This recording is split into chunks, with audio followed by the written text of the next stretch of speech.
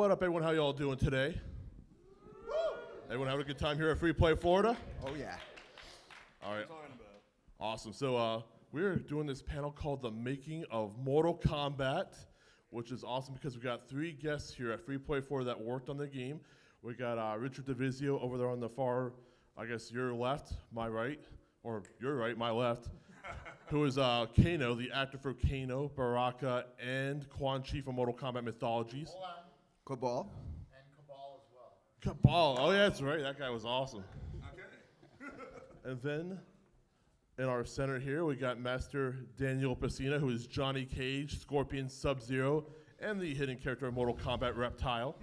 And then right next to me is Paul Niemeyer. Did I pronounce that correctly?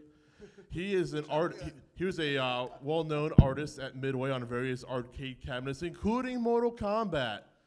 And my name's Kent Ward. I'm from Ongaku Overdrive, Free Play Florida. Asked me and Brother Keo, who's a local independent game developer, to interview these fine folks. We love ourselves some fighting games, so we're up to the task. And it looks like we got who's our friend over here? This is Shifu Dimitri Daniels, also known as Jay Jackhammer, who we recently worked on a project, Mortal Kombat project in England, film that will be coming out. Maybe we can touch a little bit on that. Oh, there we go. So we'll talk about that. We're obviously going to talk about what has led to the creation of Mortal Kombat, which is turning 30 next year. Imagine that. So talking about the 30 years of the fighting game genre as we know it existing, and Mortal Kombat's still a game that is played today and beloved.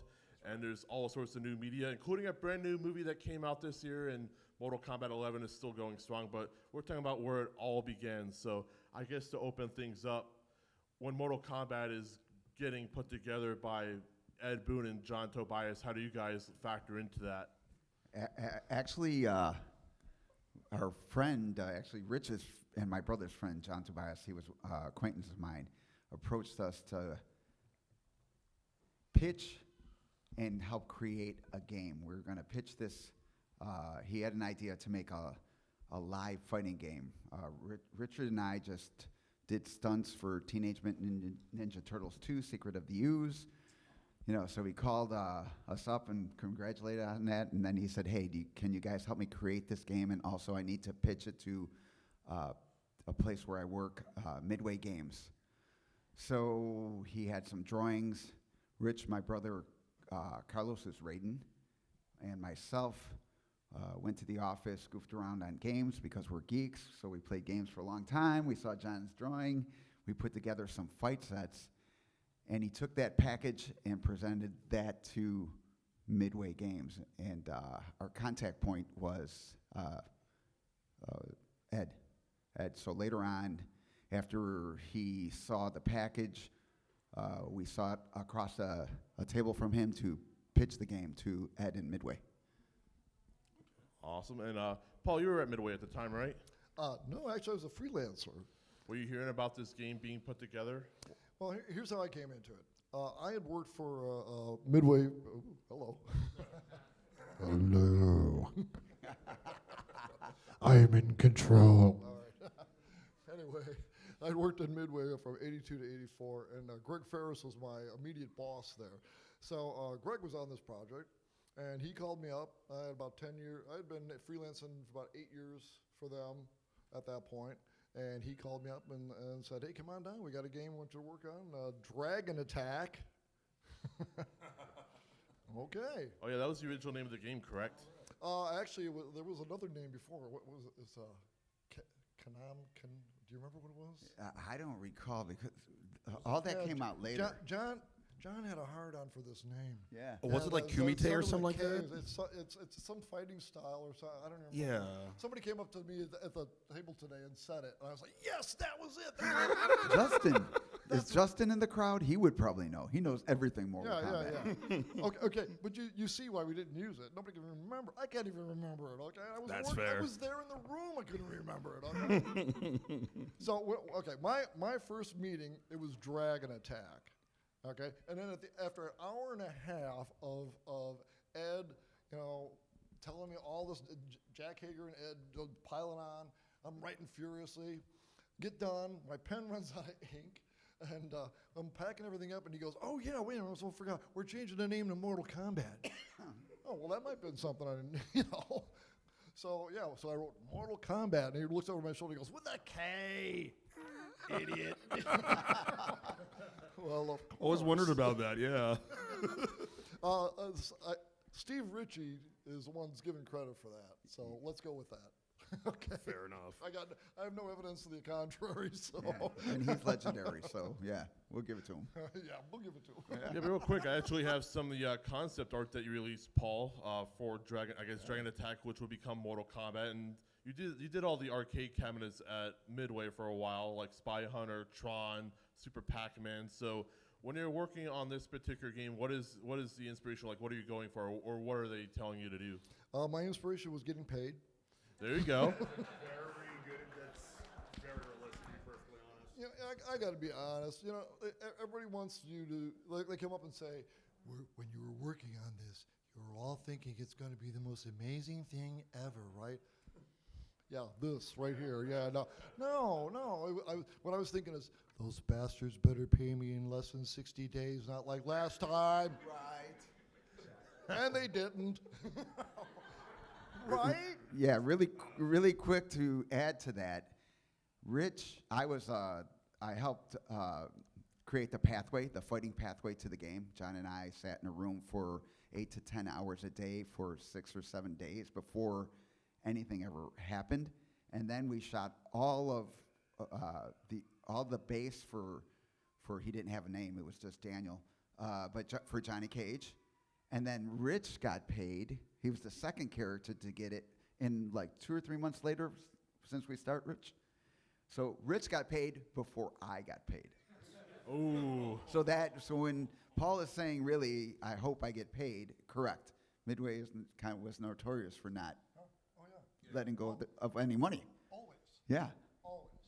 Yeah. So like one of the big innovations of this game, because by the time Mortal Kombat came out, Street Fighter II, The World Warrior, and Fatal Fury are already established in the arcades. And from what I understand, before those games came out, like John really wanted to do a martial arts fighting game, but he was having problems getting greenlit by Midway, right? Well, after we pitched the game to Ed told us no. So that there would be, then our game got, but he explained it. He was really nice, and he said, you know what? It's all about the quarters. The company wants to make quarters. So we think that we're going to take the fighting game idea, and we're going to approach Jean-Claude Van Damme with the fighting game and make a mainstream fighting game. So really, there were two ideas, and I don't know which one was first, but I do know that we needed to make a videotape of us fighting to introduce the fighting idea to the company. So I always say that John's idea was first before the Jean-Claude Van Damme idea, just because if they already had an idea of doing a fighting game, they wouldn't need me to choreograph stuff to show them what a fighting game would look like, if that makes any sense. So yeah, so they said no. Jean-Claude Van Damme wanted money. John called me later on goofing He around and wanted said, hey. everything. He was like, hey, can you help me with our game again? And I was like, what happened? And he's like, well, Jean-Claude Van Damme wants money. He's a dick. Yeah, and he's like, and this company won't give you any money. And I was just kind of laughing. He's like, so can we go back to start the game? So that was the one bump in the game. What were some of the challenges you guys had with filming all the choreography for the game? Repetition, because the first day we were filming, John set up the camera, and then he looked at me and he said, do something cool. And he had your art direction. Yeah, and the basic shot sheet was high, medium, low, and that was it. So literally, when you see the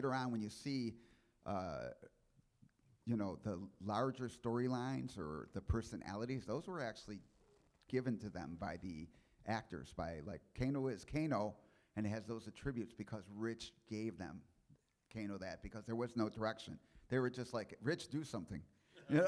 Really, it was. And two, it was repetition, because there was nothing like it. So we would repeat a technique, like at the beginning I'd do it about 30 times, and then take a look at the videotape, and then I'd rotate it just slightly, and we'd see how this looked. And we see it 30 times, and we kept moving it and doing that with a bunch of martial art techniques. So that's why it took like about 6 or 7, 8 to 10 hour days just to kind of get a general path. Because from there, when we were looking at what John was like, well, I was like, we need to have responses to everything. So then I had to think of like, okay, if this guy's gonna punch like this, and we wanted it originally to look like a movie, to look like have more detail. It just worked out that technology limited that. So we were really doing it as a movie. So we would have different responses for every single technique. Yeah, 'cause that's the tricky part is it's not just doing the kicks and the punches. You have to record walking, crouching, falling down. So how much wear and tear does that have on your bodies during that process? So for the first one, when I was working on it, I was doing falls on concrete. Oh. So I was doing the backflip and falls and flips on concrete. And then, when finally it was over, I was like, John, I don't think the other people were going to come in. Because, again, John and Ed promised me that there would be only 200 arcade games done, and that was it. And that's the reason why John let us help create it, because it wasn't going to go anywhere. Because it was just more of a creation game and his vision, to do it. So I was like, John, we're going to bring the rest of the guys who are doing it as a favor, but they're not going to be wanting to land on concrete and stuff like that. So John was like, I'll go dig out a mat. So it made me kind of wonder, since you said there was like somewhat of a little direction, like how much of it was like ad-libbed as far as moves go? Like how much creativity did you have about like... The whole creative process was the act. In number 1 and 2, I didn't work on 3.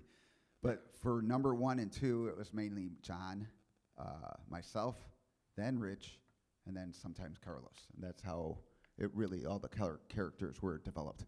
Later on, when it started testing positive, then all of a sudden we got, Ed started coming in and say, hey, I want to be, more involved in the project as opposed to just the manager and programmer. And, and other people from Midway started coming in because they were like, oh man, we got to be part of this. This is so cool. A lot of that was because they didn't think this game was going to be anything.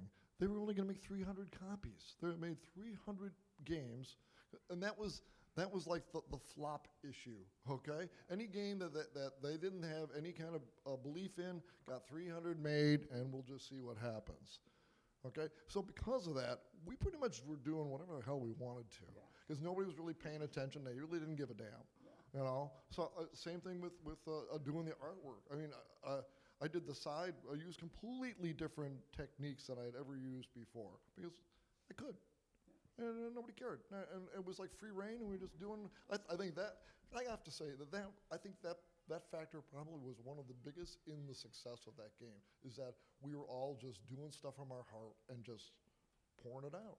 I mean, there really, there wasn't any art direction, and that's probably good, because we just went for it. Yeah, that creative freedom. So I actually have a short video of Master Daniel Pesina as Johnny Cage doing some of this background recording stuff right here. So I've ripped a few of these off the internet. So who's a youngster? Yeah, 30 years ago, guys. I like the way they framed out my watermark. Yeah, I actually own this video. Dragon's facing the wrong way. Oh, so they ripped it off. They ripped it off you. They put their logo on it. Yeah, they did. That's totally the internet.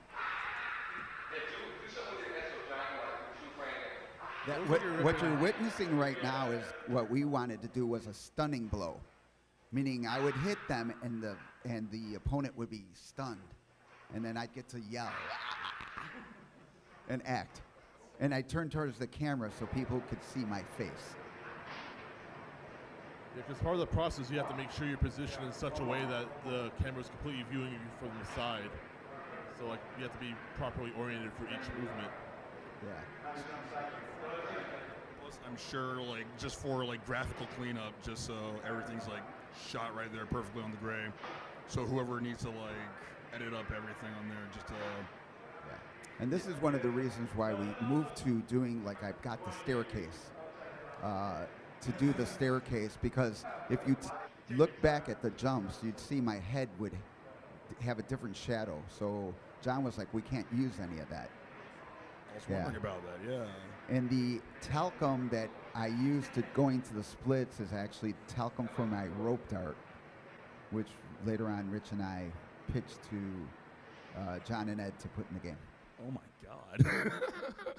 Hurting now. So imagine doing that split or any, because I did more than just that split 50 or 60 times. All for a pizza. All for pizza. Splits for pizza. Who's ever done that? Yeah. Yeah, that was close to the end of the filming of the basic Johnny Cage. And originally it was modeled after Daniel Rad, but on the last day, John was like, hey, we want to poke fun at Jean-Claude Van Damme. And I was like, no. And then, yeah, because again, there's only going to be a couple hundred games. And he's let me do all the martial. I had free reign on the martial arts. I would say no to John. I would say no to Ed. When they come up with lame ideas, I would usually, no, I'm not going to do that. Because what, we're going to make a game that's really cool. I don't want to do just dumb stuff.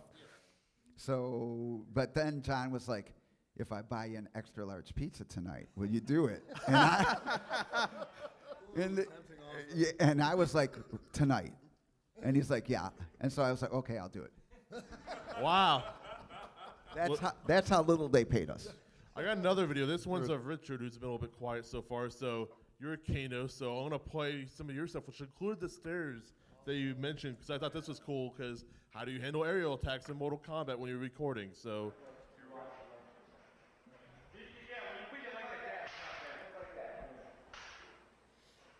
it looks like you're trying to have him do jumping punch attacks. What's going on here, Richard?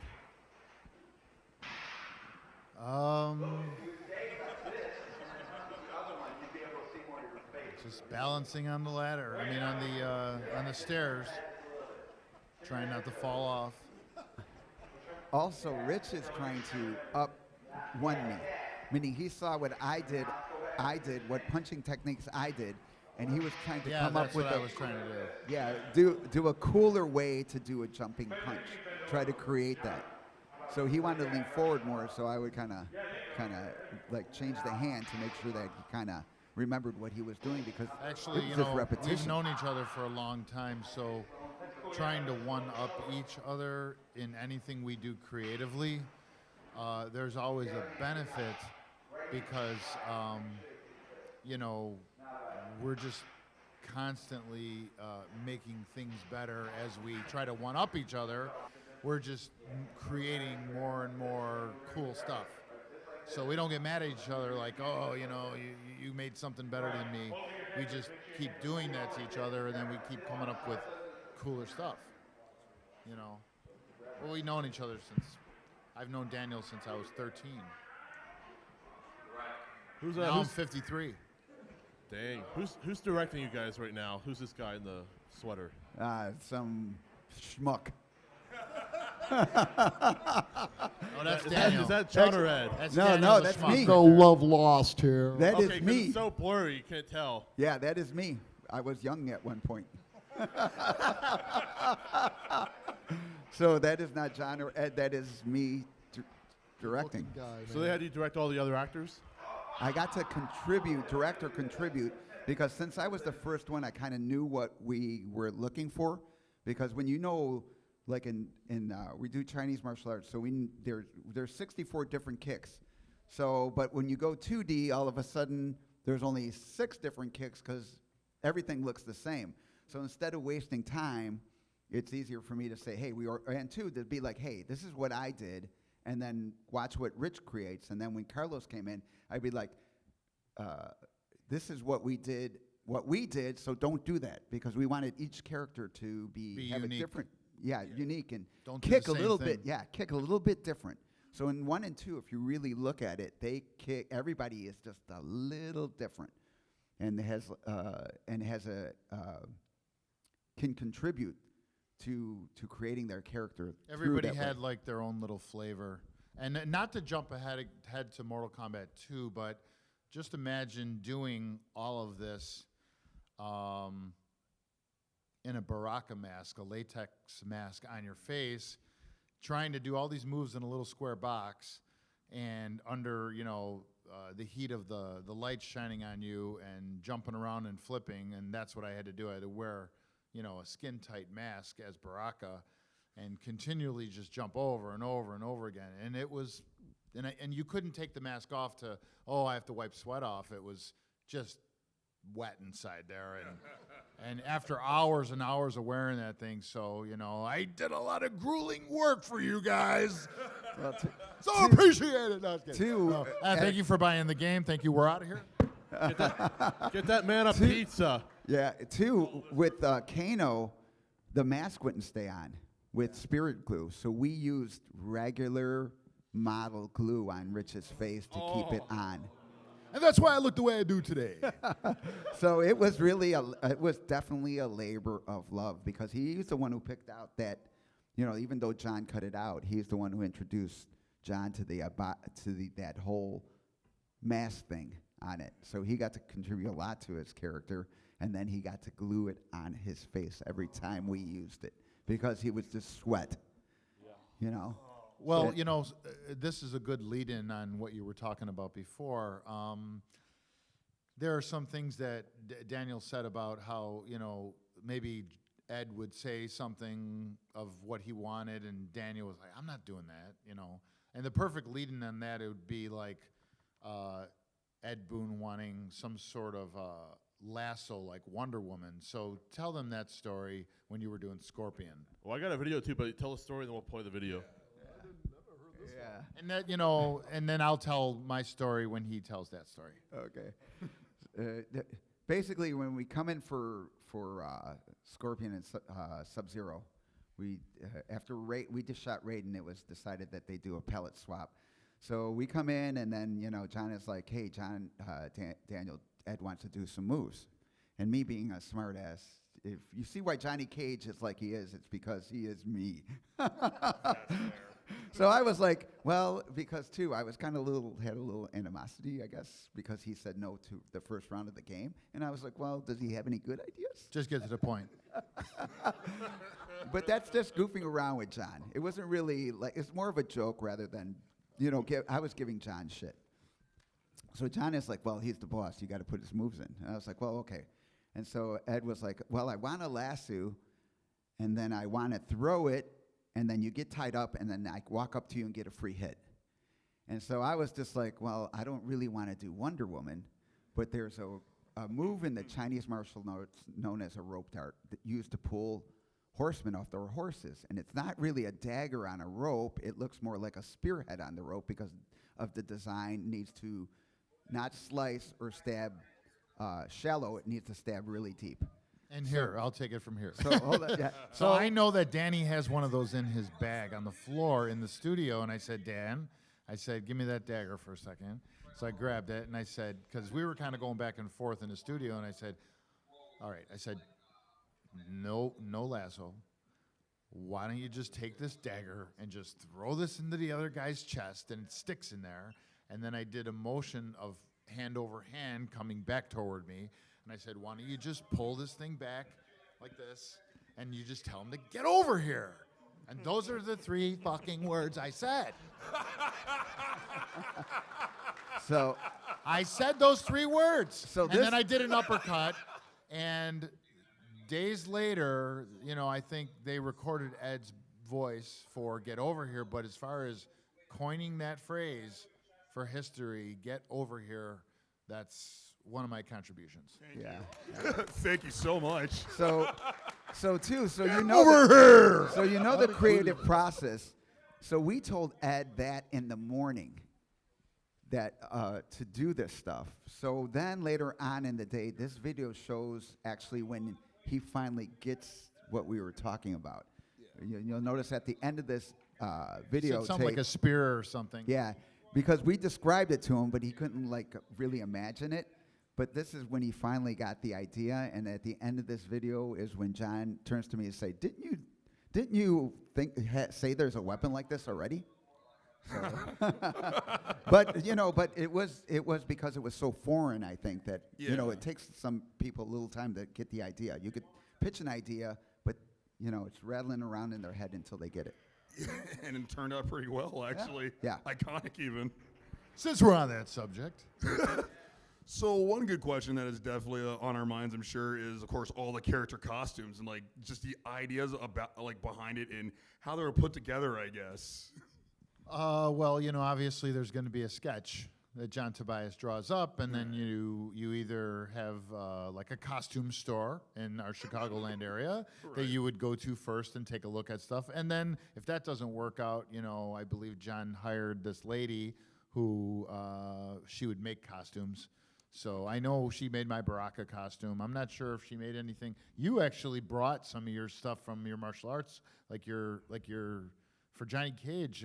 Was that your sash, the red sash? The costumes in number one. Besides, I think Rich was the only one who got to go to the store to buy a costume. Yeah, probably. I mean, mine was a karate outfit with the arms cut off, and then. Yeah, we went to the store to. Yeah. I went to the store to buy that. But you had top your with John. spandex. Yeah, but John was just like, okay, remember that drawing? And I was like, yeah. He's like, where is something like that? And so basically, I bought in that, and he's like, just bring a bunch of sashes. And I was like, okay, I'm going to bring a bunch of sashes and pick out what I'm going to wear. Yeah, well, I mean, we brought our own shoes, and, it wasn't anything special, but, shoes to jump around in or whatever. Yeah. The follow-up on the Kano mask, how much did that hurt every night to pry that off since you glued it to your face? That would be skin. Yeah, you just do what you got to do, All for the extra large pieces. Little by little, I would say, because you kind of have to wedge inside there a little bit and pull slowly, to get it off. So Suffering for the art. yeah. Suffering for the art. Hey, let's talk about something else. Let's talk about. Tell them about. And stuff. Tell them about Scorpion pulling his mask off. Okay. Yeah. Yeah, tell that story. That'd be great. Oh, okay, Good so story to go. John is like, hey, I want you to breathe fire and light some guy on fire. And so I do it a few times, and then I was like, turned to him and said, I'm not doing this anymore. And he's like, and John is like, don't be an asshole. Why not? Because I was notorious to do this, to mess with John, because we would mess with each other that way. You know what I mean? We're friends, and we would just do, guys when they're younger do dumb things like smack each other in the nuts and things like that, and we think it's funny. I never did Men are that, dicks. just so you know. Yeah. So I turned to him and say, I'm not doing that. And he's like, why not? Don't be an asshole. Why not? And I was like, because if I do that, my whole head will be on fire because my mask is made of cloth. And then he looks at me, he's like, don't be a jag-off and pull down the mask. So I do it a few times, and then Rich looks at it, and for Rich, the scariest thing out there is skeletons. See, I love like Jason and the Argonauts and that was my whole thing with skeletons. So I said, why don't you just take your mask and you just pull it off, and then there's a skull there. Yeah, and then that's the guy who blows the fire. Yeah, and then I was like, oh, and his head's on fire, because I thought as soon as he said that, and I thought fire, and before when I said, oh, he'd be on fire, I really thought of Ghost Rider. Yeah. So I was just, again, because we're geeks, so we I didn't think like of that because I didn't know who the hell Ghost Rider was. I I wasn't love really Ghost into Rider. comic books, so Yeah, I love Ghost Rider. But anyway, So- so that whole process it happened a lot through in different ways where somebody came up with one idea, and then we just went and, John was really good about that, listening to all the ideas and be like, we're going to do that one. That's the good idea, because in the end, he is the main creator of it. And what about like finishing? Ed wanted some sort of way to end the fight. I've heard that story before. Like Actually, a finishing move or something like that? Early in the days when John and I were filming, it was actually, again, John. Ed didn't come until later.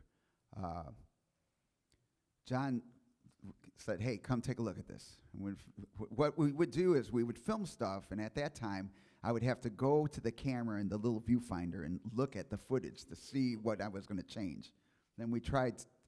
Then later on, we tried to attach a monitor. But anyway, which was a totally different pain in the ass. But anyway, So I'm looking at it, and then I'm looking at it, and I was like, yeah, it looks kind of boring. And he's like, yeah, we can't end a game like this. It's got to be like the Kung Fu movie where the guy does a finishing blow. He goes, you got to think of a way to finish him.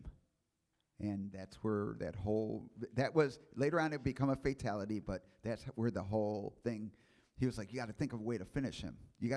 And then he's like, better yet, think of 3 ways to finish him. So that way we'll have 3 finishing moves for each character. So originally, like Johnny Cage has 3 fatalities. So, of all the fatalities that you guys filmed, what was the favorite one to do? Ripping the heart out, of course. Yeah, when we did that, it was, we're standing there trying to come up with stuff, and we're just, well, what should we do? What should we do? And I said, I got one. I said, because I was a fan of Indiana Jones. We all grew up with these 80s movies. And I really loved how in Temple of Doom, when the guy they had this ritual where the guy gets lowered down into the fire or whatever.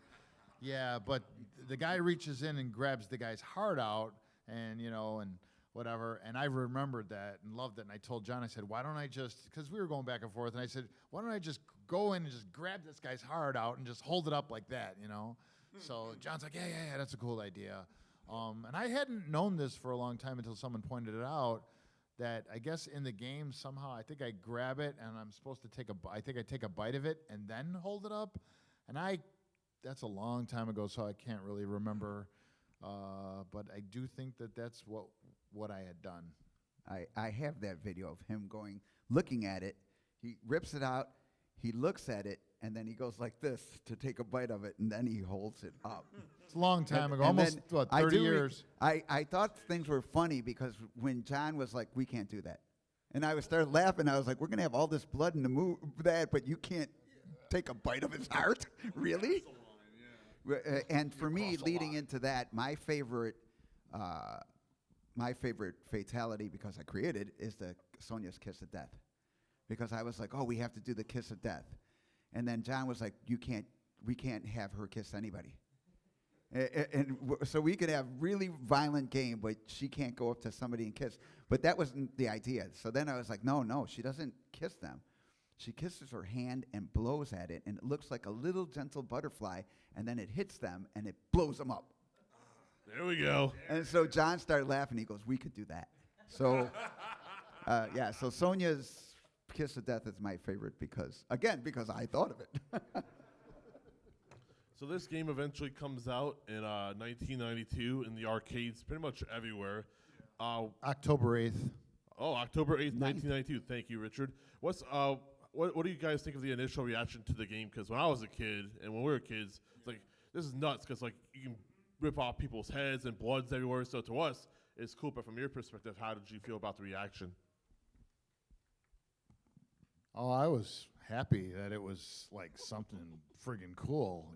I didn't give a shit about what everybody else thought. I mean, there was already violence in Hollywood films and everything. So, when people were bitching or complaining about it, it was like, screw you. You know what? Be a good fucking parent.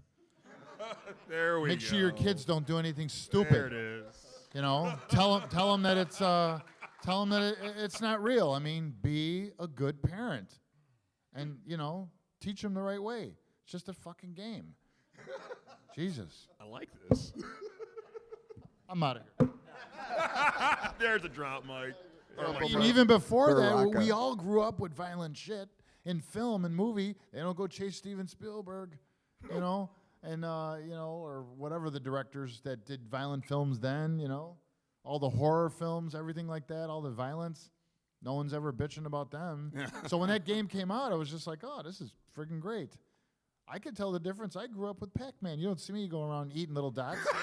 Exactly. That's what I'm talking about. I'm not climbing ladders trying to, capture a girl from a gorilla. I mean, what the hell? Not jumping girders or anything. Those are the games that I grew up with, Donkey Kong and Pac-Man, and I'm still a good person. So basically, just the way that like the game just took off out of nowhere. Like, didn't expect it to just, you're like, okay, it's a one-time thing and it's done and that's it. But then, like, when you just see how everyone's just like, this is awesome, we need more. Is like, can there be a second one? Like, what's next for Mortal Kombat? Like, I guess, like, how did like the talks of a sequel like come up? Actually, John didn't want to do number 2. Really? Yeah, because he's like, well, I already created the best fighting game ever. Oh. Why would I do? Why would I do a number 2, which would just be, even though it was more popular, it is still number 2. Number 1 does not suck. There you go. Number 2 is awesome, but still number 2 is 2. 1 is the best. 2 is still good. Just because we had more money, but it doesn't suck. But after you create it, you know what I mean? I created the best, and sure, somebody could break your record, but this is not quite that record. You already created the best, so he really didn't want to. But then Ed offered him more money, and not he only said, that, "I'm in." like within like a year and a half's time or a year after, like while as soon as the game was finished, like. Technology was changing so fast with memory, and I mean, we began with videotape. Everything you see in MK1 was on high-8 video. John's dad owned the camera. So you're talking like a tape, like a videotape. That's why you see some of the stuff's a little crude looking. But then MK2 was all digital. So you go from this world of videotape to digital in like that 92, 93 time slot. Like, things were really, I mean, those of you that are here probably remember in 93, the first time you saw Jurassic Park, the 3D technology and the texture mapping and, I mean, when we all saw Jurassic Park in the movie theater, I know it's not video game, it's more Hollywood, but that was a huge change for filmmaking and digital effects. Memory was just blowing up, and you can squeeze more things into it, and that's why MK2, looks a lot more vibrant colors. They can hold more, as opposed to MK1's a little bit more muted. They had less colors. So many changes were going on in the world during that time. None of us had cell phones. Yeah, and that's the reason why you don't see footage of the creation of MK2. With number 1, because it was a tape, and because John, at the end, he's like, hey, I promised you all the tapes so you can convert them and use them for your real. And we got them all. But, he's like, you get all the tapes, and, you can use them because for your credit because you helped create the game. And he's like, and also, the day before they gave the artwork to Paul, John called me up and was like, hey, I want to thank you for helping me create this game, so I'm going to put you on the side of the cabinet. So at the last minute, they called Paul up to change everything. Oh, so cool. But not money-wise. Oh, no, yeah, no. Well, there was never any extra money on it. Come on by and do some more work. Okay. Is there more money? Do you want the job or not? It really was. That always came. I got exposure for you. That's Oh, good, God, right? Stop with that. Oh, my God. You can use it in your portfolio. Fuck that. How do you eat that? I've got 8 solid portfolios. I don't need any more shit in my portfolio. So this game sells all the copies, millions of copies worldwide. They don't give you like a nice, sweet bonus out of that. Yeah, right. The admiration of all of you. That's it. That's what we get. They did make promises. Then that's why I never worked on number 3, and that's why too sometimes I come off a little like I have animosity because, John and Ed promised me for helping them create it that I would get a bonus, that I would get you're going to get all the credit bonus and stuff like that, and then finally close to the end of number 2, I started bugging them about, hey, it's finally time to pay up. You guys got a bonus. And even though, later on I found out that their bonus was cut down drastically because the company didn't want to give them what they promised, and they work for the company, they're not going to give me anything because I don't even work for the company. So one of the guys, the higher ups, came up to me and said, "Hey, do you have what John and Ed promised you in writing?" And then I was like, "No." And then that was the end of that. Get everyone here who's aspiring to do anything in life, get it all in writing. They'll protect you. Really. Your friends might not be in a situation to stick up for you, or might not know how to stick up for you, and and also, that's one of them. That's part of their job, is to protect the company. So they're going to not, if they shortchange you, they don't see that as bad, because they're paid to help the company no matter what. So Yeah. Well, and something else happened too that during that same time is I was a freelancer. Okay, so now a guy that doesn't work for the company just created the most valuable art asset that the company has ever produced, and this guy doesn't work for us. What are you gonna do with this guy? Okay, they kind of threatened me with a lawsuit, is what they did. Oh. Yeah. But I was told I had a gag order of 18 months. I couldn't talk about Mortal Kombat or show it in my book. And I was kind of butthurt from the whole thing, so I kind of ended up going 27 years and never showing it. yeah, Yeah. I didn't hit a convention for a really long time until Right. somebody finally came up like, "Hey, your work was legendary. We know what you did. You should come out and try to do a convention." So, I was just like, after that, I was just like, no, because you can't really fight, as and this, I'm not the first one, nor is Rich or anybody who worked on 1 and 2. Superman, the creator of Superman, creator of Batman, all these guys do get hosed because the company can do that. They don't feel bad about that, because they think of it as their property. Well, you said it. Hey, Warner Brothers just came down like a couple months ago and shut down my Etsy account. What? Oh, hell yeah. With a nasty worded cease and desist letter. They are still, after all this time. And what, molecules are falling from the table? Not even crumbs anymore. It's ridiculous. Like, I feel like with Warner Brothers, like, really taking advantage of the nostalgia of Mortal Kombat, that they would try to include you guys more instead of, like, shunning you. No, but they can't do that, because if they do that, they're going to let us speak, and then people will know how it was really developed, and then the people who work for the company will be known like as kind of jerks, that you didn't step up and give these guys credit, or too. Then there's the IP aspect, where, what do you mean this guy created the fatalities?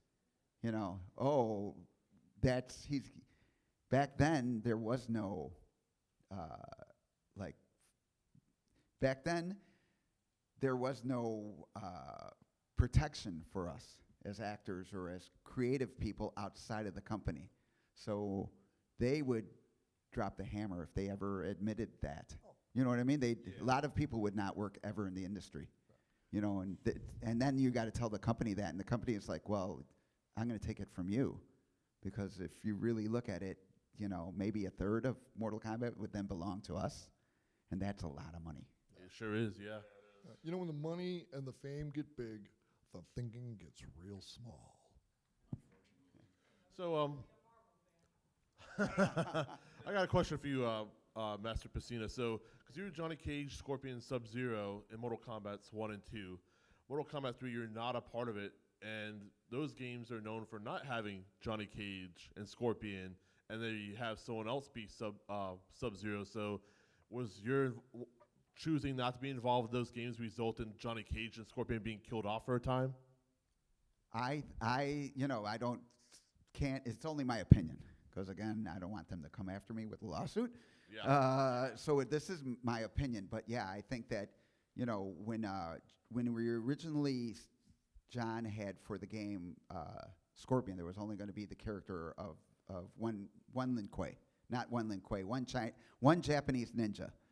And then when we were pitching the game to Ed, I was like, to make this a really unique game, we should change the Japanese ninja into the Lin Kuei. And then John was like, "Who's that?" And so I described it to him. I told him I had a book.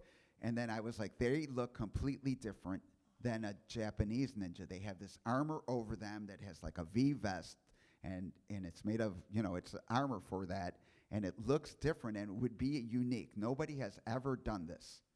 and it would be the first time ever in any presentation, media presentation. So John was like, well, he's like, I think I can make that work, because again, our agreement with John was he would let any ideas that we had be introduced to the game, because there's only going to be 200 or 300 made, and that would be the end. So it'd be a cool game. So with that, when they made number 3, my opinion is they killed off Johnny Cage's original Sub-Zero and Scorpion off, because those characters really represented me. So they tried to do that, and then later on, they have their excuse of, oh no, we planned on doing that. But you always, if you're in the pursuit of money, you always put your best foot forward. So as we wind down to the panel, we'll get to audience questions in a little bit, because we do have some time. But I want you guys to give your thoughts. Mortal Kombat's about to turn 30 years old. People still love the game. Everyone's in this crowd for you guys because of the work you did. So like reflecting on that, how do you feel about like your contributions early on to this major video game franchise? How do I feel about the contributions that I've made toward this history-making game Yeah. that I was a part of? Well, here's the thing. So, I was born in 1968, and in 1977, I was 9. And that's when Star Wars came out. So, to be a 9-year-old boy when Star Wars comes out, it was awesome. I mean, that was the thing. And my whole life, I always wanted to either work for Industrial Light and Magic or be some sort of something behind the scenes in film and movies and doing something creative, because I had been an artist my whole life. And going forward from there, growing up, I eventually went to art school and stuff like that. And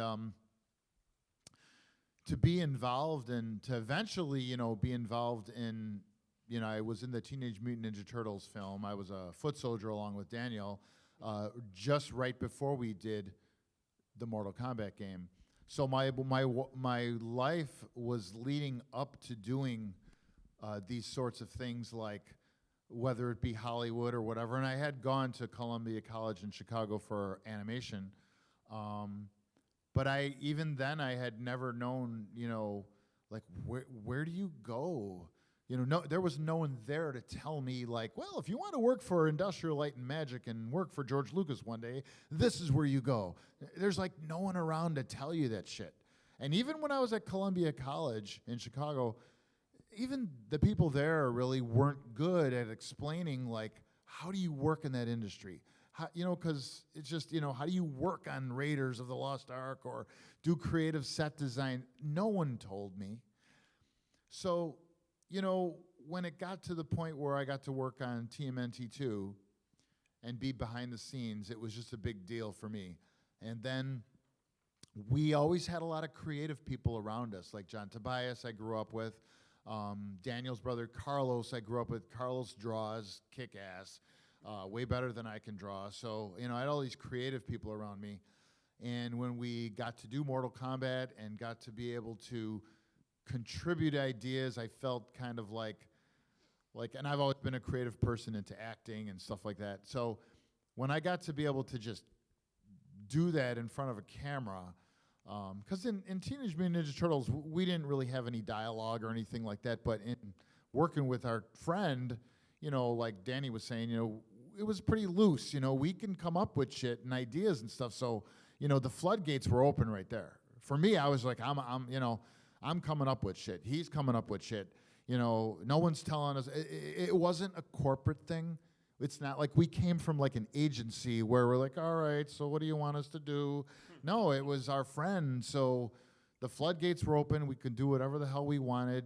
When we weren't working on the game, we were hanging out watching movies and kung fu movies, all horror movies. We were always influenced by something. So when we work on the game together, we're just coming up with shit like on the fly, and to be able to be a part of that, and it end up turning into this historic, game changer for the history of video games.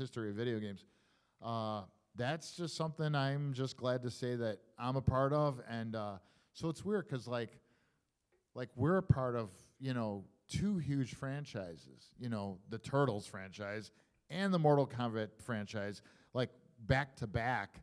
And, you know, that's kind of pretty cool to, and maybe we just fell right in line, you know, with things of the time. I don't know, but however it worked, that was cool. I just wish I had some millions of dollars, you know, to go along with it. But it just didn't work out that way. But, you know, I will tell you a story. So, sorry to take a long time, but. No, go ahead.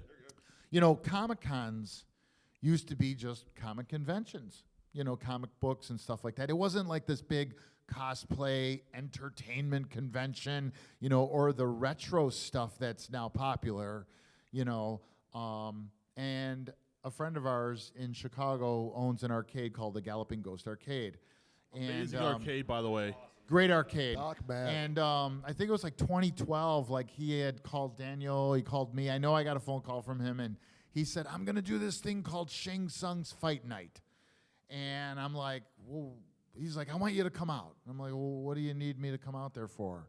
He's like, well, don't you know who you are? And I'm thinking, I work for the CTA in Chicago. I fix trains. I'm like, you know, because after Mortal Kombat, you know, I went on and had a life and had kids and went on, you know, and work a job and whatever. Didn't know nothing about this whole cosplay world or the retro stuff that was just slowly starting to build and come back with retro. So he says, no, I'm having this Shang Tsung's Fight Night. I want you guys to come out and, you know, you guys are like icons. You got to come out. And I'm like, all right, whatever. So Danny and I came out there, Carlos, all of us went out there.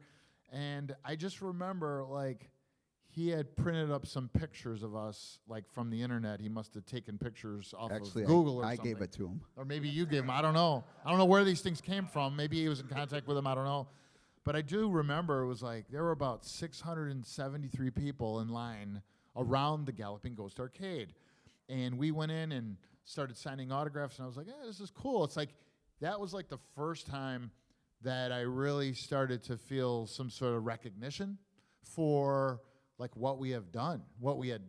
And it felt good. It was great. It was awesome. And then like from that led to like, you know, Wizard World and C2E2 and conventions all around the world, and Daniel going all around the world, meeting people. I don't travel as much as he does, but it's led to a lot of this, you know, people are now seeing, you know, hey, we're still alive. You know, we're the guys. We're the guys that were in the friggin' game. So I'm just glad to be a part of it. So that's what that's how I feel. And to meet everybody whose like life had changed, or people coming up to me going, man, this is like it changed my childhood and everything. I'm thinking, wow, I'm like I did that, or what I was a part of, you know, did that for you. So yeah, it's cool to be a part of that. So thank you. Yeah, and in the end, even though it's kind of it is bittersweet, but in the end, it's more sweet because, you know, I got to work on this. You know, John asked me to help him with his game, which I really, you know, when he told me about it, I really saw his vision, and I think that was the perfect mix. Was I saw his vision, and he relied on me for the martial arts things and to help him with that. And so that part is really sweet, and all those memories of all those different moves and creating that stuff. Whenever I see it, it never gets old because I always crack up because there's so many little stories behind everything, because it wasn't just like, oh, you do this. No, it was like, you know, us being smartasses, us kind of goofing around, you know, Hosang trying to throw kicks and me pulling him off, secretly trying to mess him up so that way he doesn't look as good as I do, but, you know, but making it a joke and things like that. So in the end, you know, thanks John for letting me help you create your vision. So, and then also thank you for, you know, later on having me hang out with you guys, because it's awesome. It really is to hear the impact, and I never get tired about chatting about Mortal Kombat, because even though it's one thing, it's so many different things to everyone.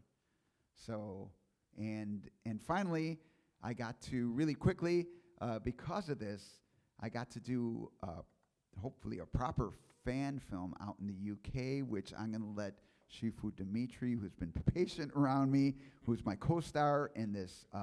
We went to London together to film this movie. He's going to tell you really briefly, so that way he's not sitting up here bored. Hello, everyone. Okay, so yeah, the movie is a fan film about Johnny Cage after 30 years after the last tournament. So, as in, I just found this out. They told me that it was orchestrated for it to be 30 years after to come out next year. It'll be out in April, and yeah. So I'm a TikToker, and he was just like, "Hey, you." I was like, "Hey, you're gonna film a movie? That'd be so cool. Can I be in it? It'd be kind of cool." He's like, "Well," I mean, like, I know kung fu, kind of like Neo, but and so he's like, "Well, sure, if you could make it to the UK." And I'm like, "It's done." And so he takes me, and they have this awesome crew to work with. They were like, "Hey, so you can't really talk about the movie," and like, so, but I'm someone in the movie. It's kind of cool. Yes, I'm gonna be in the movie. It's gonna be great. You guys will love it. And but yeah, it's about the trials and tribulations that Johnny Cage had to go through after getting after the tournament.